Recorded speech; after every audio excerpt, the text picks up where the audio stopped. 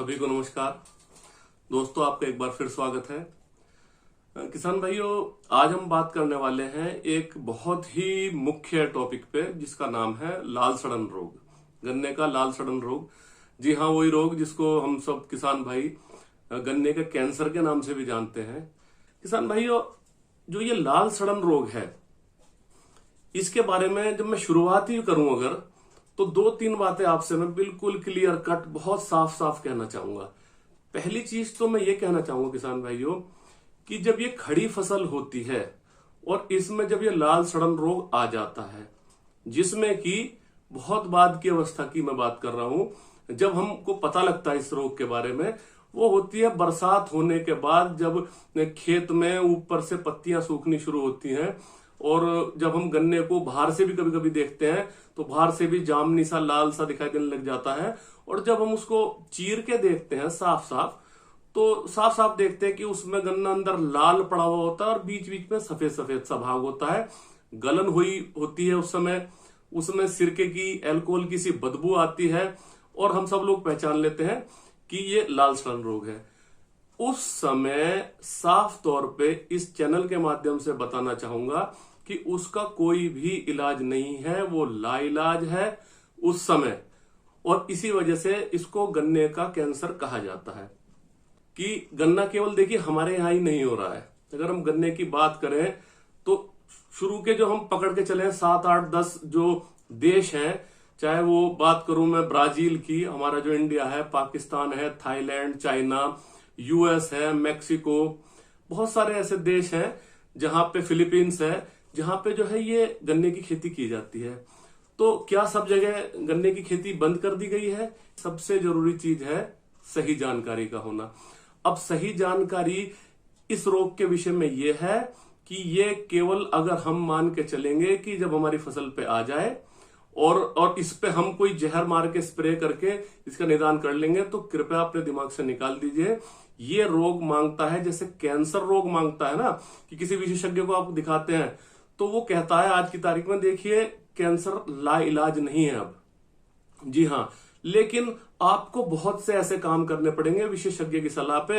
हो सकता है आपको कीमोथेरेपी भी करनी पड़े, हो सकता है आपको सिकाई करानी पड़े, हो सकता है सर्जरी करनी पड़े, और हो सकता है कुछ ऐसे काम करने पड़े जिससे कि आपको कैंसर हो ही ना, तो वो बचाव के काम है। तो ये बीमारी भी बिल्कुल वैसी है दोस्तों। इसमें आपको वो सारे काम जानने होंगे जिनसे कि हम इस रोग को आने से बचें, आते वक्त इसको पहचानने कैसे, और समय रहते क्या क्या काम कर सकते हैं। अगर हम ये नहीं जानेंगे तो ये लाल सड़न रोग हमारे लिए ऐसे ही भयंकर बना रहेगा। देखिए कई बीमारी ऐसी होती हैं जिनका इलाज बहुत आसान होता है, वो चाहे हमारी हो, मतलब मनुष्य की हो, चाहे खेती की हो, एक स्प्रे मार के ठीक हो जाती है। कुछ बीमारी ऐसी होती है जिनके लिए बहुत से काम करने होते हैं। तो दोस्तों, ये कुछ इसी तरह की बीमारी है।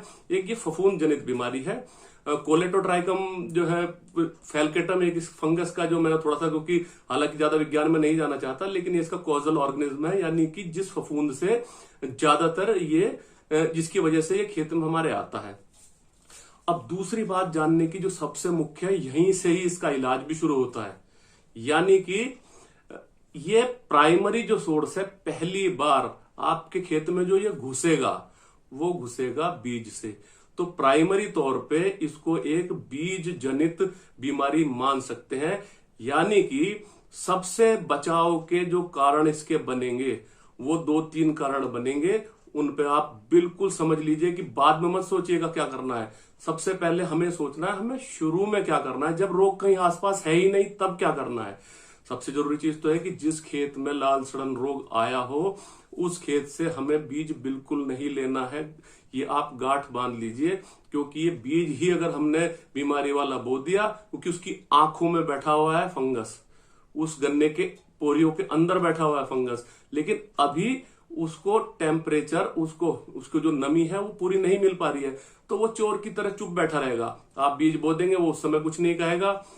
अब क्या करें? पहला काम बता दिया। दूसरा काम क्या कर सकते हैं? बहुत बिना खर्चे का काम है, लेकिन इसको रोकने में सबसे बड़ा रोल है।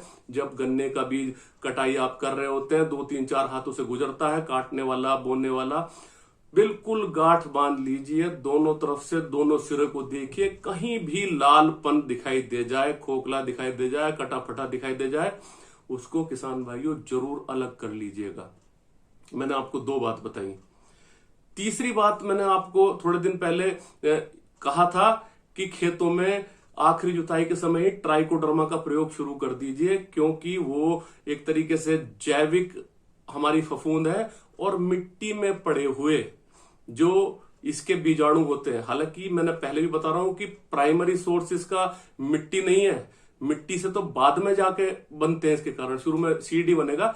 लेकिन क्योंकि हमारे पास इसके लिए एक हथियार के रूप में ट्राइकोडर्मा है, तो मैंने एक वीडियो जारी किया था कि किस तरह से आप गन्ने में ट्राइकोडर्मा को डाल सकते हैं। वो ऊपर आप लिंक भी देख रहे हैं, उसका इस्तेमाल कीजिए। मैंने देखिए 3 बातें आपको बता दी।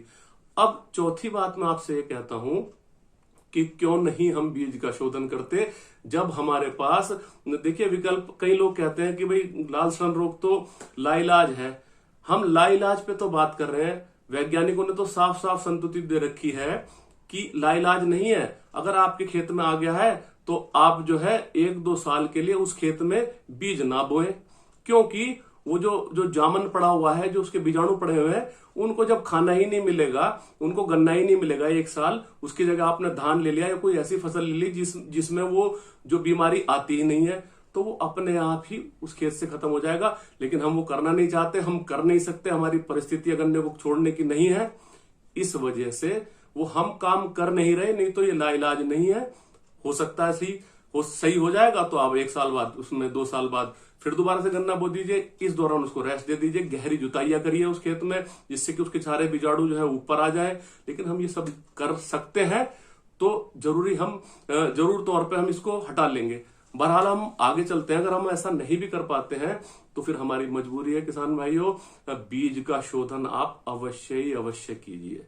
देखिए बीज का शोधन, कार्बन डाइजिम बहुत सस्ती दवा पड़ेगी उस समय, 2 ग्राम दवाई प्रति लीटर पानी के हिसाब से गन्ने की जो हमारा बीज है मुश्किल लगती है। देखिए मैं आपको किसानों के ही वो बताता हूँ। लोग बाग कहते हैं कि डॉक्टर साहब ऐसी चीज तो बड़ी मुश्किल होती है, लेकिन देखिए दोस्तों समझना पड़ेगा, ये हमारा जो खेती है ये हमारा कोई मनोरंजन का साधन नहीं है, हमारी आजीविका का साधन है।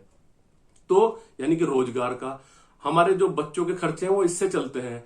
तो मुश्किल हो या आसान हो, जिस काम को करने से हमारा उत्पादन बढ़ रहा है, हमारी कमाई बढ़ रही है, तो हमको करना ही पड़ेगा। इसका बीज शोधन अवश्य कीजिए। बीज शोधन पे भी मैंने वीडियो बना रखा है, ऊपर लिंक है, उसको आप देख सकते हैं। अब देखिए किसान भाइयों, होता क्या है, हमने बीज का चुनाव भी कर लिया और बीज शोधित भी कर लिया और हमने इसको शुरू कर दिया। लेकिन फिर भी क्या होता है, इतनी चालाक फफूंद है, हमें पता नहीं लगेगा कि हो सकता है कि उसके दोनों जो सिरे हैं वो कटे फटे ना हो, दोनों तरफ लाल ना हो, फिर भी उसकी आंखों में, उसकी खाल पे गन्ने की वो बीजाणु पड़े हुए हों, हम नहीं पहचान सकते। हालांकि बहुत ज्यादा जो कोई विशेषज्ञ लोग होंगे वो नजर मारते हैं। वो भी मैं आपको थोड़ा सा बता देता हूं कि अगर कोई आंखें स्वस्थ ना दिखाई दे रही हो, सिकड़ी हुई आंखें दिखाई दे रही हो, कुछ मुड़ी तुड़ी सी रिंकल्ड दिखाई दे रही हो, तो ऐसे बीज को भी निकाल लीजिएगा, क्योंकि हो सकता है उस पर फफूंद के आक्रमण की वजह से वो आंखें थोड़ी सी सिकड़ी हुई हो, यानी कि बुझी हुई सी आंखें हो, तो उनको आप, ऐसे बीज को भी आप हटा दीजिए, उसमें लाल सड़न रोग हो सकता है। अब देखिए किसान भाइयों, बहुत ज्यादा समझने की बात है, ये जो हमें दिखाई दे रहा है, कब दिखाई दे रहा है, ये हमको जैसे ये बरसात, जैसे जुलाई के बाद एकदम खेतों में दिखाई देता है। किसान भाई कुछ ऐसा भी बात करते हैं। अभी एक किसान का मेरे पास फोन आया, उसने मुझे बोला कि हम गन्ना काट रहे हैं डॉक्टर साहब, और पूरा जो खेत हमारा हरा भरा था, कुछ किसी भी तरह का कोई पीलापन नहीं है, और उसमें लाल सड़न रोग आ गया। तो किसान भाइयों, हमें पहचानना भी नहीं आ पा रहा है। असल में वो अंदर किसी बोरर का, यानी कि किसी कीड़े का प्रकोप था। जैसा कि आप देख भी रहे हैं, कीड़े के प्रकोप से क्या हुआ कि कीड़ा अंदर घुस गया। हो सकता है वो तना बेधक हो, वो तने में जगह जगह छेद बना के घुस जाता है और अंदर ही अंदर गैलरी बना के उसको खाता है, तो उसकी वजह से भी अंदर से लाल हो जाता है। और वो सारा अंदर से, जाहिर सी तौर पे बात है, अगर अंदर से कोई कीड़ा खा रहा है तो वो लाल होके सड़ेगा भी। तो उन्होंने कहा लाल सड़न रोग है। तो आज के बाद मैं आपको बता दूं, हमें किसी का मोहताज नहीं होना है। अगर खेत बाद में चल के पीला नहीं पड़ रहा है, ऊपर से तीसरी चौथी पत्ती पीली पड़नी शुरू नहीं हुई, उसके बाद पूरा का पूरा ऊपर से किनारों से और चोटी से पत्ती ऊपरी पत्ती सूखती हुई नीचे को नहीं आ रही है। गन्ना बिल्कुल हल्का हो जाएगा, वजन उसका एकदम आसानी से टूट जाएगा। जब चीर के देखेंगे तो सिरके जैसी बदबू आएगी, वो सब। तो इसका मतलब वो, और कभी कभी आपको दिखाई देगा लाल सफेद तो दिखाई देगा ही देगा, कभी कभी उसमें फाइब्रोसिस मतलब वो जो उसके रेशे हैं उनमें फफूंद भी बढ़ जाती है। तो इस तरह की बातें दिखाई देंगी और अल्कोहल सी की सड़ांध भी आएगी, तो वो लाल सड़न रोग है। लेकिन ये पक्की बात है कि फील्ड में पीलापन आएगा जरूर, ऊपर से नीचे की तरफ आएगा पत्तियों पे, और पूरा का पूरा पौधा मर जाएगा। वही लाल सड़न रोग है। ऊपर से हरा बना हुआ है और अंदर से लाल मिला, पौधा ऊपर से हरा है लेकिन अंदर से लाल मिला, तो वो लाल सड़न रोग नहीं है। तो ये हमें जानना पड़ेगा। अब देखिए किसान भाइयों, अब हमने बीज बो दिया है और उसके बाद हम जुलाई तक क्या करें, क्योंकि हम उसको पहचान नहीं सकते। हमें क्या पता अंदर अंदर हमारे बीज में वो लाल सड़न रोग उग रहा हो, पनप रहा हो, और जैसे ही बरसात आई, ह्यूमिडिटी नमी ठीक सी बनी, तो ये इसके एकदम लक्षण एकदम से ही प्रकट हो जाते हैं। और उसके बाद जो सेकेंडरी इन्फेक्शन की बात कर रहा हूं, द्वितीय इन्फेक्शन की, उसमें क्या होता है किसान भाइयों, उसमें ये फिर पकड़ता है हवा, पानी और बरसात। फिर ये इन तीनों से ही हमारी मिट्टी में भी फैल जाता है, सिंचाई के पानी से एक पौधे से दूसरे पौधे में भी चला जाता है, और इस तरह से भयानक रूप ले लेता है और वो कैंसर बनता है। यानी कि उस समय इसका कोई इलाज नहीं होता है। तो किसान भाइयों, अब ऐसे में अच्छा, और होता भी क्या है, ये किस वजह से, मतलब इसका फफूंद का काम करने का तरीका क्या है।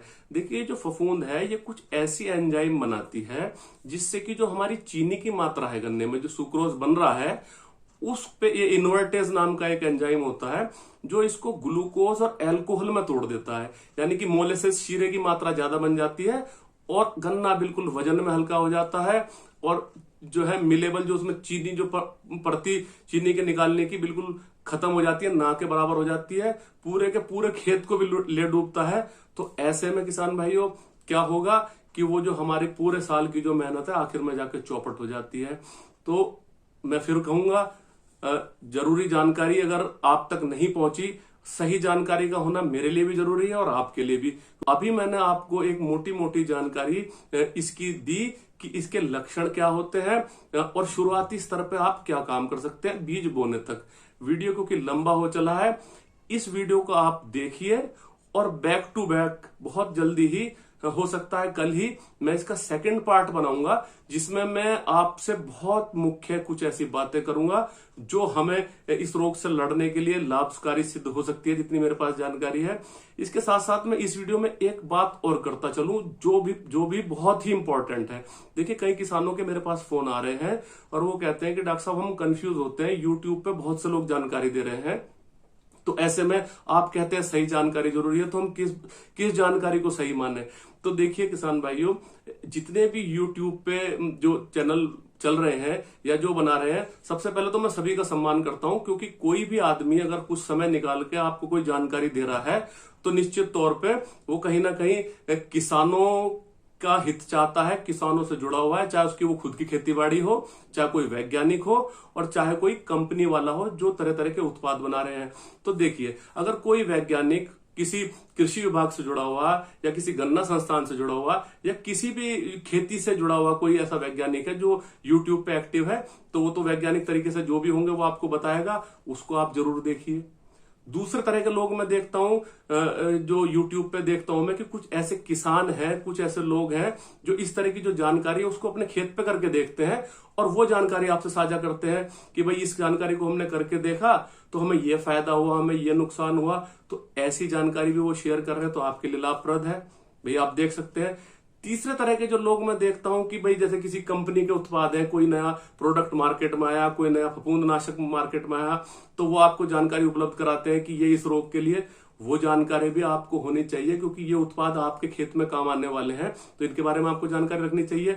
बस मैं एक तरह के जो चैनल चलते हैं उनका मैं थोड़ा सा आपसे कहना चाहूंगा, अगर कोई किसान ये देखता है कि इन सब जो इस तरह के चैनल चला रहे हैं, इनको देख के, इनकी बातों को इकट्ठा करके और सब में थोड़ा थोड़ा लेकर अगले दिन आपको वही बात परोस देता है, तो इसका मतलब यह है कि उसके पास अपनी जानकारी देने के लिए नहीं है, और इस वजह से वो दूसरों का थोड़ा थोड़ा ज्ञान लेके आपको दे रहा है, तो वो ज्ञान खतरनाक हो सकता है, उसको आपको देखना पड़ेगा।